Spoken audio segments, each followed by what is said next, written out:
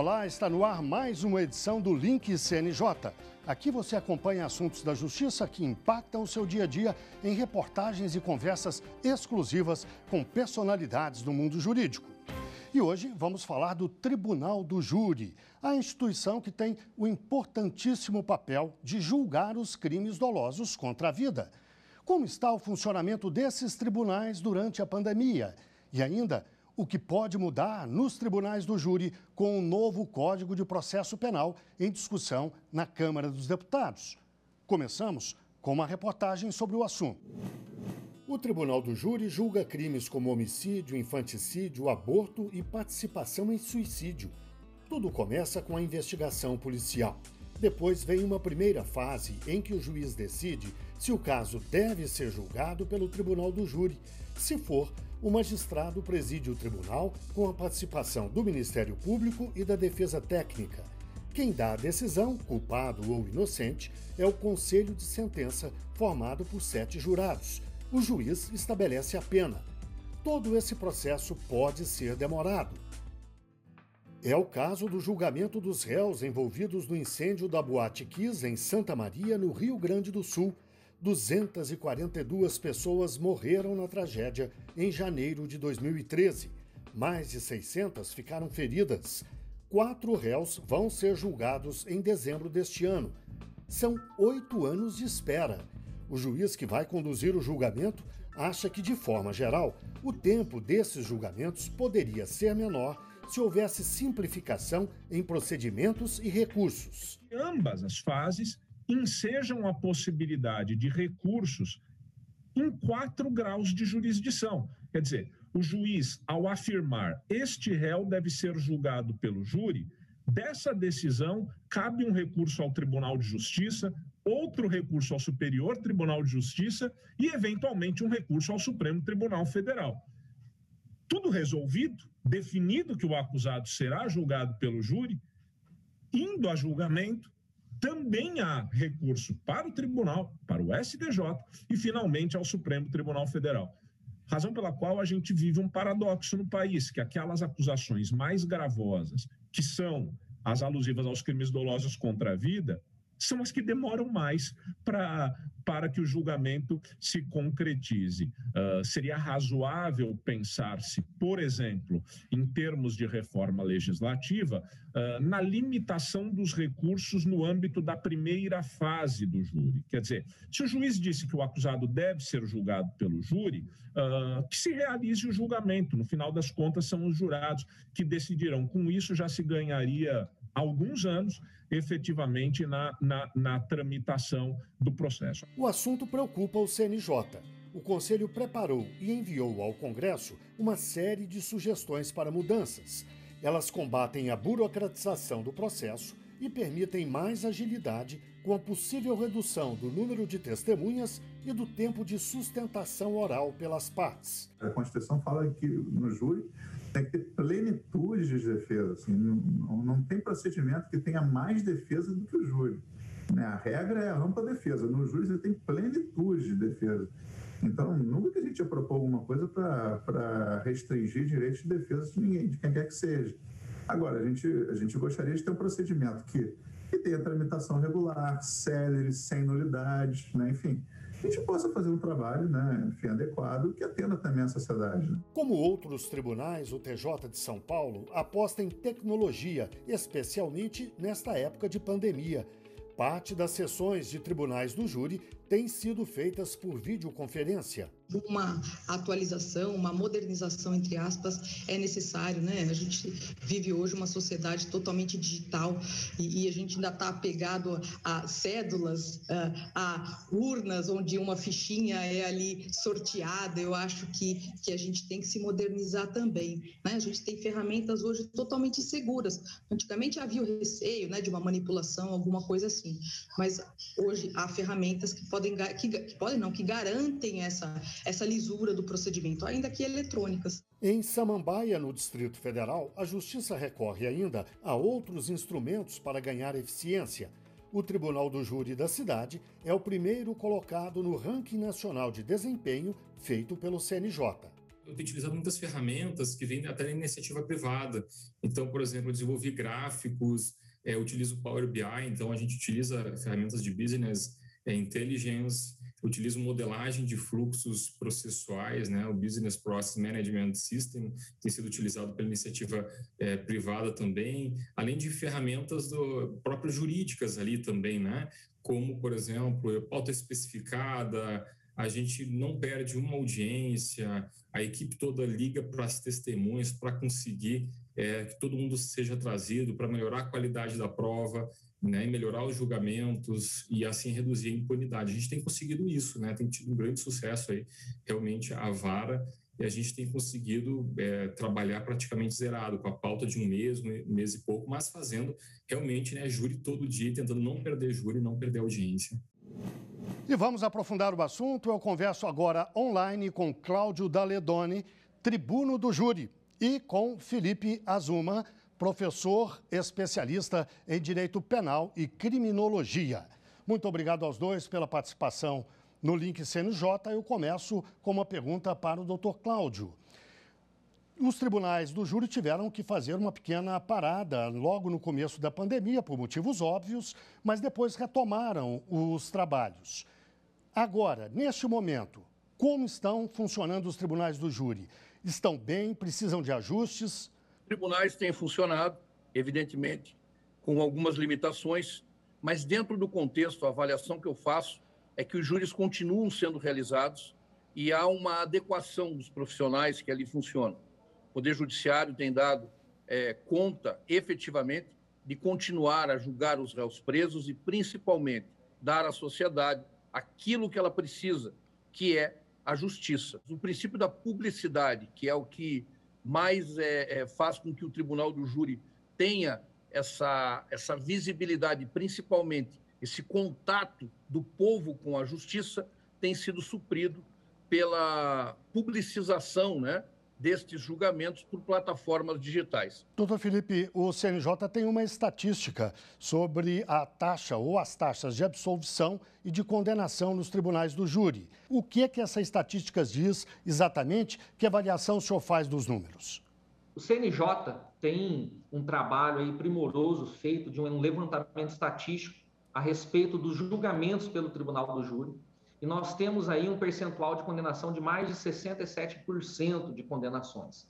E também de absolvições e de declarações de extinção da punibilidade pela prescrição, o que gera crítica de alguns setores dos operadores, dos profissionais de direito a esse respeito.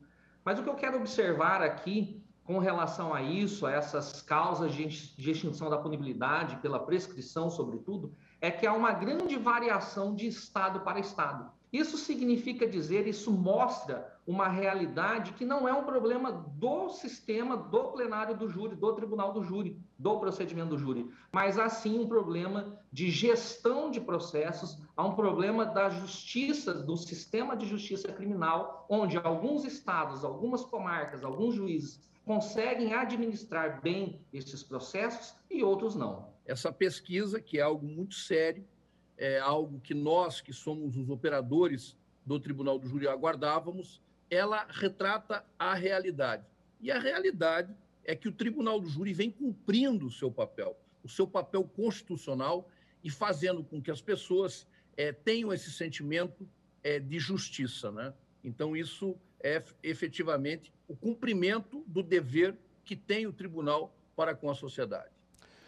Doutor Felipe, há um projeto de lei, como eu informei no começo do programa, em tramitação no Congresso, saiu do Senado, foi para a Câmara, está em discussão, e ele trata, entre vários assuntos, da questão do Tribunal do Júri. Há propostas de algumas mudanças. Qual é a avaliação que o senhor faz desse projeto de lei? Ele está no caminho certo, precisa ser corrigido? Olha, nós temos vários projetos, na verdade, em trâmite no Congresso. Dentre eles, o maior de todos é a própria reforma do Código de Processo Penal, e ali, evidentemente, se abarca o procedimento do júri. Há uma proposta também do CNJ, da qual nós não concordamos com boa parte dessa proposta, porque ela acaba por desidratar o procedimento do júri naquilo que ele tem de melhor, daquilo que ele tem da sua essência, que é o procedimento lá no plenário do júri. Justamente porque ali se prevê a diminuição de tempo da fala para algumas situações. Já há um relatório prévio, um relatório preliminar do CPP, onde isso parcialmente é acatado, quando, na verdade, eu acredito que ali no plenário, ali no momento onde as partes, acusação e defesa, têm para explorar a prova perante o juiz da causa, que é o jurado, esse ponto ele deve ser preservado ou, quiçá, deve ter aí até um aumento desse tempo para se explorar melhor a prova, porque é o jurado leigo que não teve contato prévio nenhum com o processo que ali vai decidir. Então, diminuir o tempo, desidratar o tempo de fala, o tempo de instrução ali no plenário do júri, eu acredito que isso não seja bom, que isso não seja benéfico para o procedimento. Nós temos duas fases específicas no procedimento do Tribunal do Júri. Uma primeira fase, que é responsável pelas maiores delongas e pelos maiores gastos, que, na minha forma de entender, é algo que hoje está, assim, atrapalhando o procedimento. No mais das vezes, o Tribunal do Júri vem cumprindo o seu papel. E é com esse foco, com especialistas, com quem vive o dia a dia do Tribunal do Júri, é que o código tem que ser reformado com as opiniões e o sentimento daqueles que operam. Sem sombra de dúvida, tem que existir uma reforma. Essa reforma é para o bem da prestação jurisdicional, mas nós temos que ampliar ainda mais aquilo que o Tribunal do Júri tem por escopo maior, que é a oralidade e principalmente a plenitude de defesa. Eu concordo plenamente aí com o que o doutor Daledoni disse e vou até um pouco mais longe. Essa pesquisa do CNJ mostra justamente isso, que é nessa primeira fase onde se encontram as brechas, onde se encontram as situações que acabam redundando a posteriori, que acabam redundando lá, às vezes, quando do julgamento do plenário, ou até impedindo o julgamento em plenário com a prescrição. Porque é neste primeiro momento onde tem acontecido esse prolongamento da instrução, esse prolongamento do procedimento. Não se encontra no plenário o problema do júri. Doutor Cláudio, que outros aspectos do projeto que o senhor julga necessário manter ou mudar? Veja, nós temos que criar mais espaço, né, e prestigiar mais ainda as provas periciais. As provas periciais, elas precisam encontrar um lugar que sejam efetivamente mais acessíveis às partes, né? Nós precisamos prestigiar a atuação dos profissionais naquilo que diz respeito aos médicos legistas, aos peritos criminais, colocando uma exigência para que os operadores do direito possam e devam trabalhar com mais espaço e com mais possibilidade de interagir com esses mecanismos científicos que vão subsidiar ali, vão dar um atendimento a que o procedimento transcorra de forma normal, a fim de declarar ou não declarar a materialidade dos fatos. Doutor Felipe, a própria existência do Tribunal do Júri é questionada por vários especialistas. Alguns consideram que não seria a melhor forma de se julgar os crimes dolosos contra a vida. Há países em que esses julgamentos se dão de forma diferente. Eu pediria que o senhor explicasse as diferenças, os vários sistemas que existem. Existem basicamente duas formas, né, do julgamento, seja ele para qualquer crime que for. O julgamento pode se dar monocraticamente, singularmente, por um juiz togado, por um juiz que foi concursado, que fez o curso de direito, ou o julgamento pode se dar por um órgão colegiado composto por juízes leigos. No Brasil se optou, e não faz pouco tempo, não é da Constituição de 88, desde a primeira Constituição da República, nós já tínhamos a previsão de julgamento dos crimes dolosos contra a vida pelo júri e mais, havia uma competência ainda ampliada para crimes de imprensa que se perpetuou até determinado momento. Mas o fato é que o Constituinte de 88, ele previu e colocou ali como competência não única, mas como uma competência que pode até ser ampliada para outros crimes, mas com uma competência menor, mínima, os julgamentos dolosos dos crimes contra a vida. Em outros sistemas, como nos Estados Unidos, por exemplo, outros crimes, outros fatos são julgados por um órgão colegiado composto por juízes leigos. Então, lá nos Estados Unidos, nós temos julgamentos pelo júri de crimes dolosos contra a vida e de outros crimes e de até mesmo de outros fatos que não são tidos como crime em algumas ações indenizatórias, por exemplo. Outros sistemas não preferiram assim. O fato é que no Brasil nós temos o julgamento pelo júri, tá, dos crimes dolosos contra a vida previstos como uma cláusula pétrea, como um direito fundamental lá no artigo 5º da Constituição.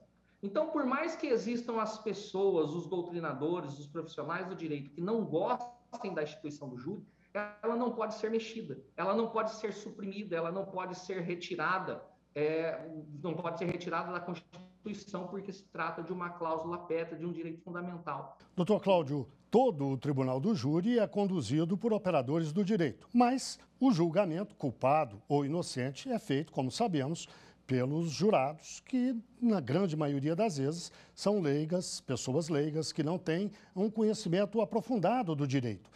É adequado que essas pessoas decidam a sorte de alguém sem conhecer de fato a lei?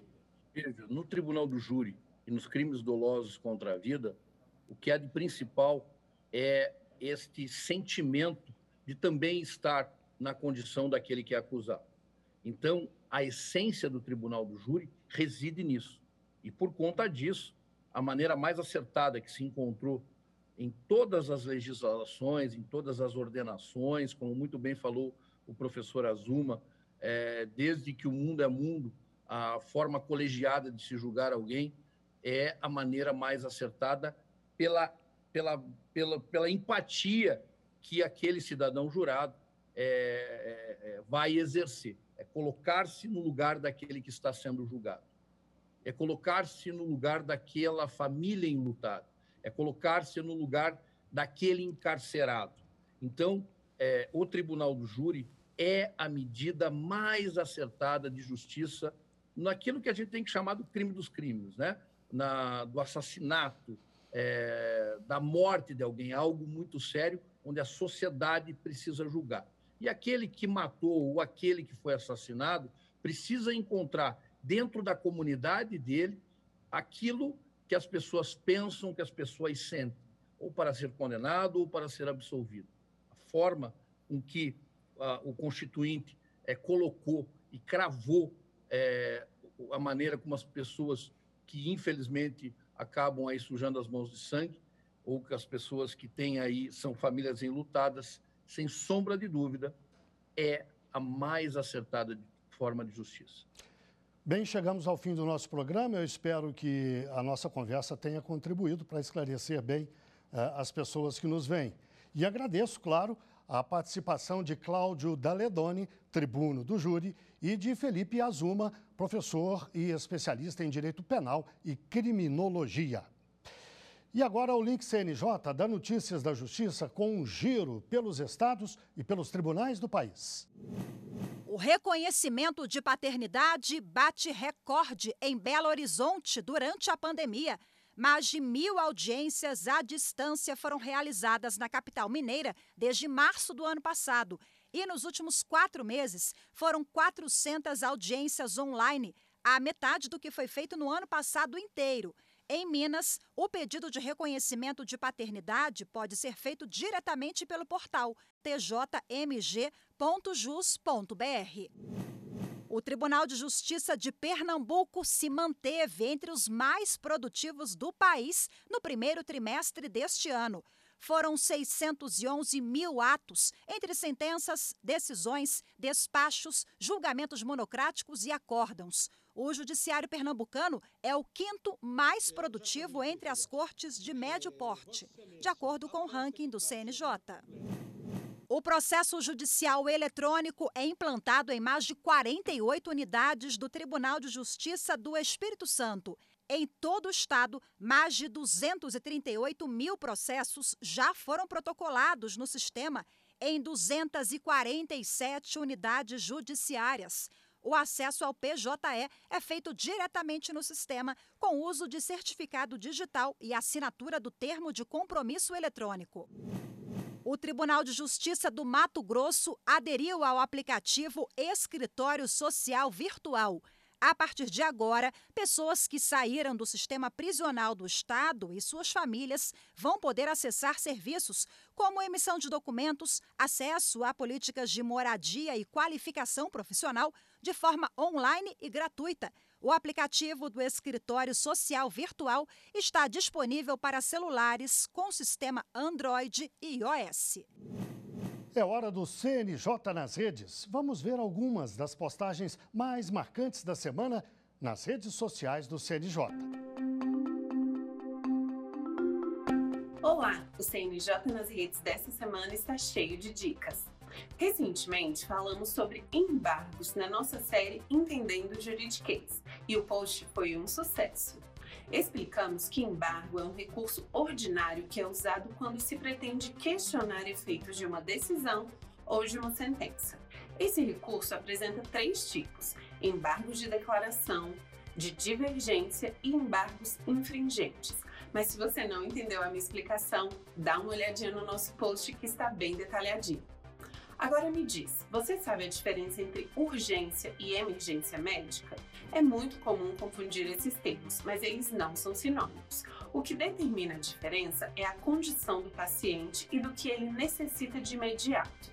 No judiciário, esses conceitos são muito relevantes quando um juiz é chamado a decidir sobre as obrigações de hospitais públicos ou operadoras de saúde em relação a uma vida que corre risco.